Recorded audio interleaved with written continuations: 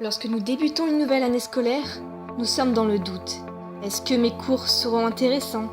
Vais-je me faire de nouveaux amis? Vais-je réussir? Puis les jours passent et les doutes reviennent, mais cette fois-ci en s'appuyant sur des faits réels. Votre première mauvaise note, un prof qui vous a fait une remarque, un cours auquel vous ne comprenez pas et vous avez envie de baisser les bras.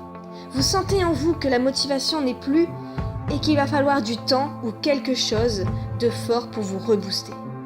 Retenez une chose, c'est parfaitement normal. Nous avons tous des périodes telles quelles, mais c'est aussi ce qui sert de référentiel pour comparer avec vos moments de bonheur.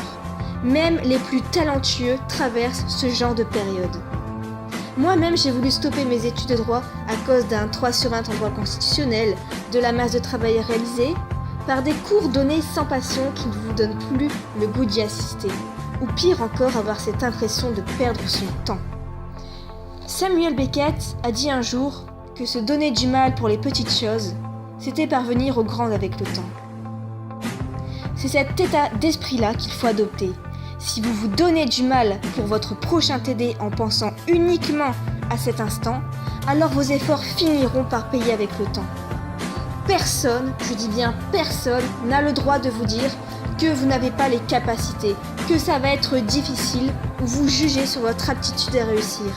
La seule personne à vous juger, c'est vous-même, et que vous croyez en être capable ou non, vous avez raison.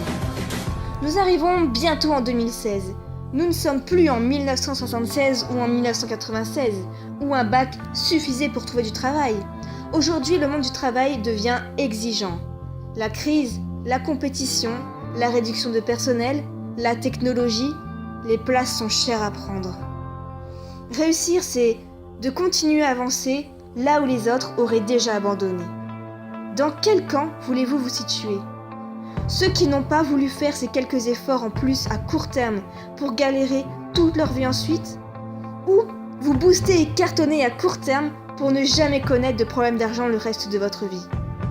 La souffrance pour ce prix à payer est temporaire, mais si vous abandonnez, elle durera pour toujours.